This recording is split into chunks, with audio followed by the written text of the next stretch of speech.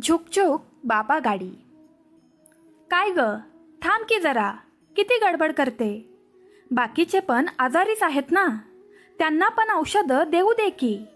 नाही हो, मला जरा गडबड हाय. पोरगं एकटंच सोडून आली या, द्या की औषध आणि जाऊ द्या मला. अगं पण बरं ये इकडे. लहान मूल असेल पाठीमागे म्हणून गडबड करत असेल असं समजून आधी तिला तपासायला घेतलं. केवढा आहे मुलगा, मी सहज तपासताना विचारलं. म्हणाली असेल की 30 वर्षाचा.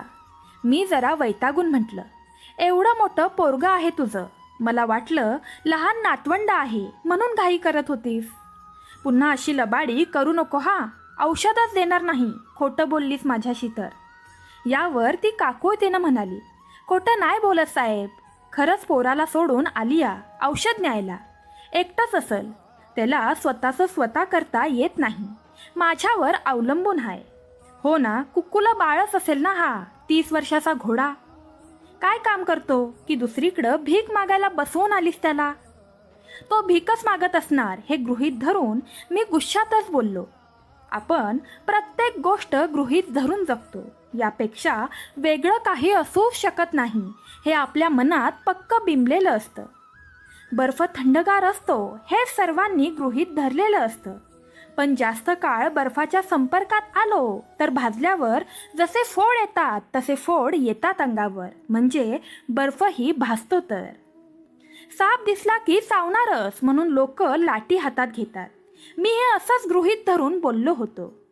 गंमत कशी ना, हत्यार तीक्ष्ण असतं पण हत्याराने झालेला घाव भरून येतो. जीभ कोमल असते, मासल असते, पण जिभेमुळे झालेले घाव भरत नाहीत वर्षानुवर्षे. जिभेचा वापर आपण नकळतपणे घाव करण्यासाठी वापरतो. याच जिभेचा वापर आपण जाणीवपूर्वक लगाव साधण्यासाठी केला तर. असो, माझ्या शब्दांनी घायाळ झालेली ती डोळ्यात पाणी आणून म्हणाली, नाही नाही, तो भीक मागत नाही हो, तो लिंबू मिरची विकायचा, अजून काय बाय विकायचा, धंदा करायचा. पण त्याचा धंदा सुटला आणि म्हणून मला रस्त्यावर भीक मागायला लागते.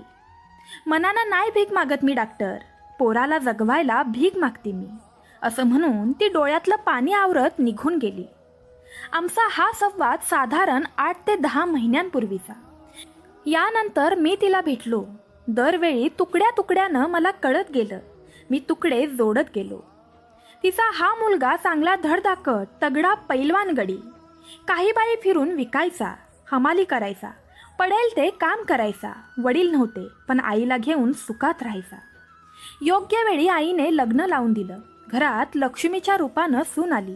तीही 4 घरी धुणभांडी करायची, पैशाला हातभार लावायची. ऐकून सगळं मजेत चाललं होतं. कालांतरानं घरात अजून एक पाहुणा येणार अशी कुणकुण लागली. अख्खं घर आनंदात न्हाऊन निघालं. हा तिची खूप काळजी करायचा.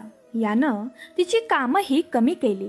म्हणाला, आता आराम करायचा बाये, मी हाय की कामाला, तुला काय बी कमी पडू देणार नाही. तिचे डोळे भरून यायचे. रात्र रात्र याला झोप यायची नाही. उघड्या डोळ्यांनी हा स्वप्न बघायचा, आम्हाला बाळ होईल, मग ते बाळ मला पप्पा म्हणल, मग मी त्याला घेऊन फिरायला जाईन. जरा मोठा झाला की श्रीमंत लोकांकडे असती तशी बाबा गाडी घेईन आणि त्याला गावभर फिरवून आणीन. ही मावशी त्याला म्हणायची, तुझ्या बापाचा बी लय जीव होता तुझ्यावर, आता माझ्या सुनेच्या पोटी तुझा बापच फिरून येईल जन्माला. पोरगा होईल नाहीतर पोरगी होईल, काय बी चालेल मला. कामं करताना याने पोरांची 4 नावं आणि पोरींची 4 नावं पक्की करून ठेवली होती. आपला बापस मुलगा किंवा मुलीच्या रूपानं आपल्या पोटी येणार या विचाराने तो सुखावून जायचा. या मावशीने म्हणजे त्याच्या आईनेही टोपडी शिवायला घेतली होती. फाटक्या सुती चादरींची दुपटी केली. जुन्या सुती साड्यांची मऊ वाकळं केली. नातवंडाच्या रूपात अर्ध्यावरच सोडून गेलेला नवरा येणार तेव्हा नाही जमलं, आता नातवंडाचे लाड करून नवऱ्याचे पांग फेडणार, हा त्या माऊलीचा विचार. एकूण काय, या कुटुंबानं स्वर्गात घर न मांडता घराला स्वर्ग करायचं ठरवलं. डिलिव्हरीचा दिवस जवळ आला. याच्या जीवात जीव नाही, जणू हाच बाळंत होणार होता. हो, हेही खरंच आहे. ज्या दिवशी बाळ जन्माला येतं त्याच दिवशी एक आईही जन्माला येते आणि एक बापही.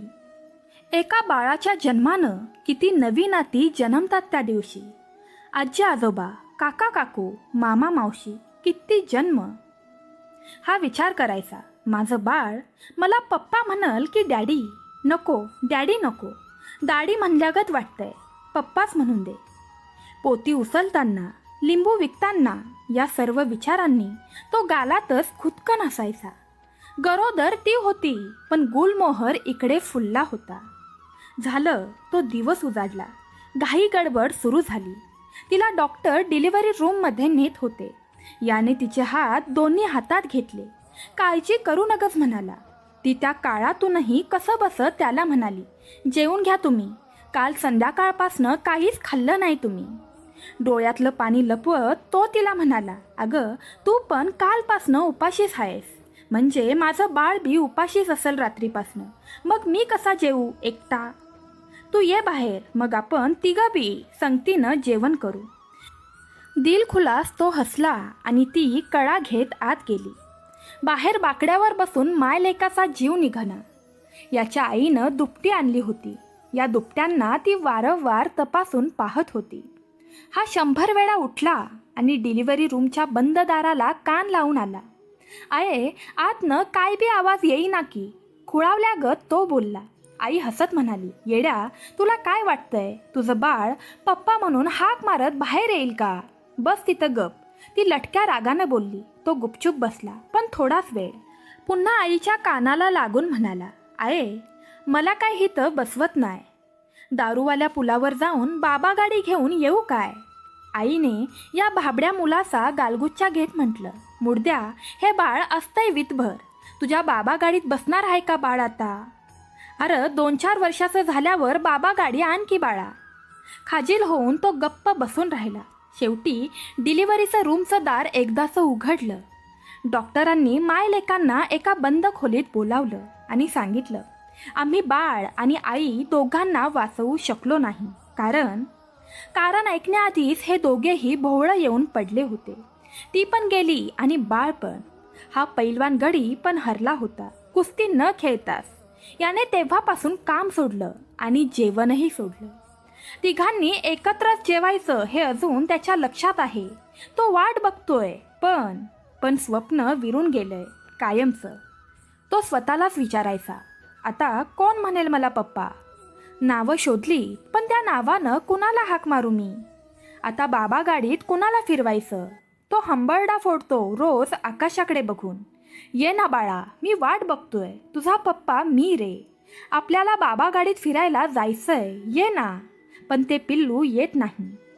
ढगात दिसणाऱ्या आकृतीकडे पाहून तो तिला म्हणतो, का ग, कंटाळलीस मला. एकत्र जेवायचं म्हणालीस, का गेलीस. गेलीस ते गेलीस, माझ्या बाळालाही घेऊन गेलीस. ये ना ग बाय, माझ्या बाळाला घेऊन ये की ग बाय. पण ती नाही येत. ढगाला पान्हा फुटतच नाही, ती आलीच नाही आणि ते बाळही. विचार करून वेड लागायची पाळी आली याची. नव्हे, हा वेडाच झाला.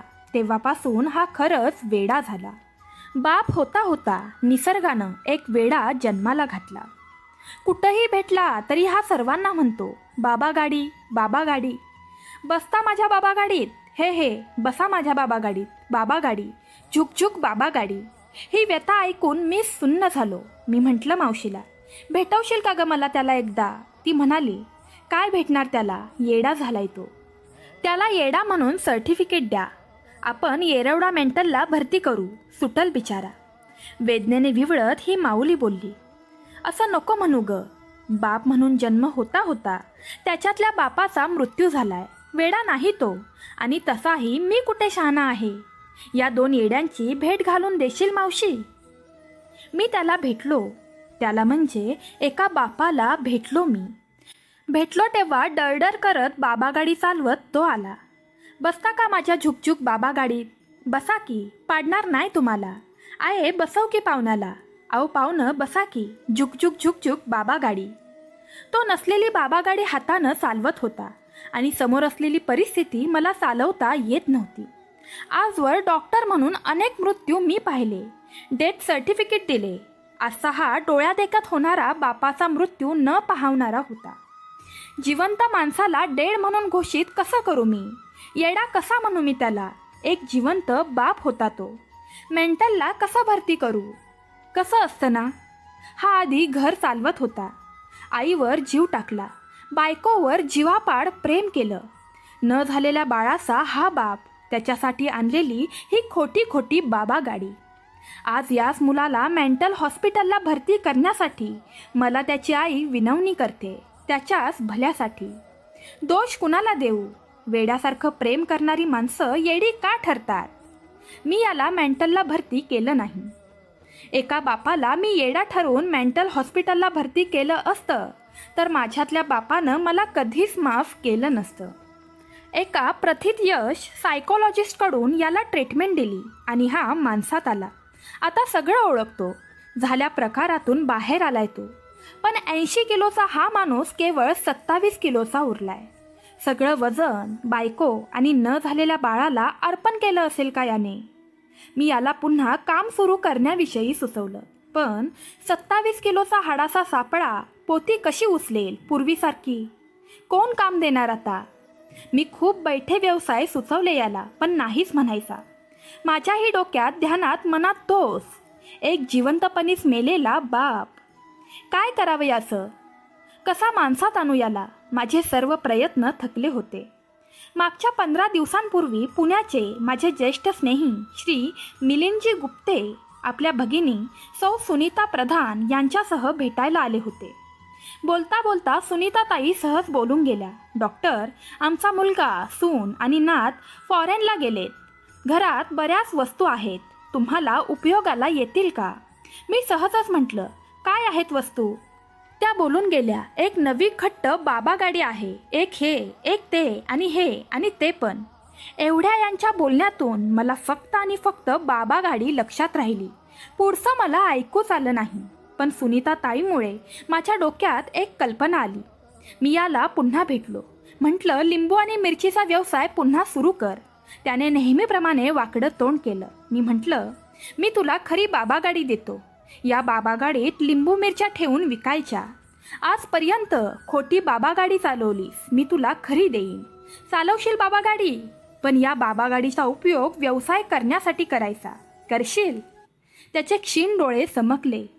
तो आधार घेत उठला, म्हणाला, खरी बाबा गाडी? मला द्याल का झुकझुक बाबा गाडी? द्या ना मला.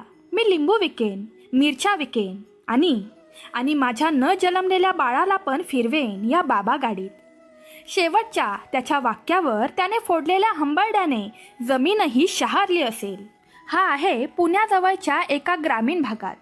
27 एप्रिल शनिवारी मी ही बाबा गाडी त्याच्या आईला सुपूर्त केली. आजवर अनेक वस्तू कुणाकुणाला व्यवसायाला दिल्या असतील, पण बाबा गाडी कुणालाच दिली नव्हती. खरं तर ही बाबा गाडी नव्हेच, हे एक स्वप्न होतं एका बापाचं, न जन्मलेल्या मुलासाठी त्याने पाहिलेलं. मी या माऊलीला ही बाबा गाडी पुण्यात दिली.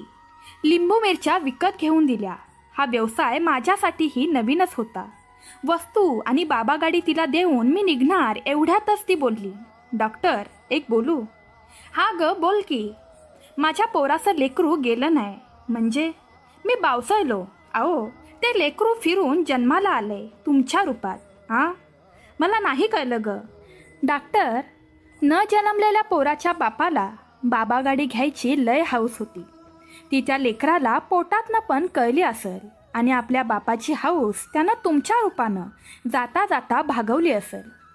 जिवंत बाप आपल्या लेकराची हौस नाही भागवू शकला. आज गेलेल्या लेकरानं बापाची हौस भागवली. हे ऐकून मी नखशिखांत शहारलो. ती बाबा गाडी घेऊन निघाली. मी तिच्या पाठमोऱ्या आकृतीकडे पाहत राहिलो. मी सहज आभाळाकडं पाहिलं. भर उन्हाळ्यातल्या दुपारी आभाळ गच्च भरलं होतं. पाऊस पडलाच नाही तरीही मी चिंब झालो होतो. इथून कोणतीही ट्रेन जात नाही तरीही झुकझुक झुकझुक असा आवाज करत एक गाडी गेली. हा भास असावा. मी पुन्हा आभाळाकडे पाहिलं. म्हटलं, बाळा, तुला बाबा गाडी पाठवली आहे, येशील का या गाडीत बसायला? काय आश्चर्य, भर दुपारी पाऊस पडायला लागला. हे त्या बाळाचे अश्रू असावेत की माझे? आणि मित्रांनो, आजची सत्य घटना इथे संपत आहे. आजच्या सत्य घटनेचं क्रेडिट जातंय डॉक्टर अभिजित दादा सोनावणे यांना. तुम्हाला आजची सत्य घटना कशी वाटली हे नक्की आम्हाला कमेंट करून सांगा. तुम्ही जर आपल्या चॅनलवर नवीन असाल तर नक्कीच चॅनलला सबस्क्राईब करा. धन्यवाद.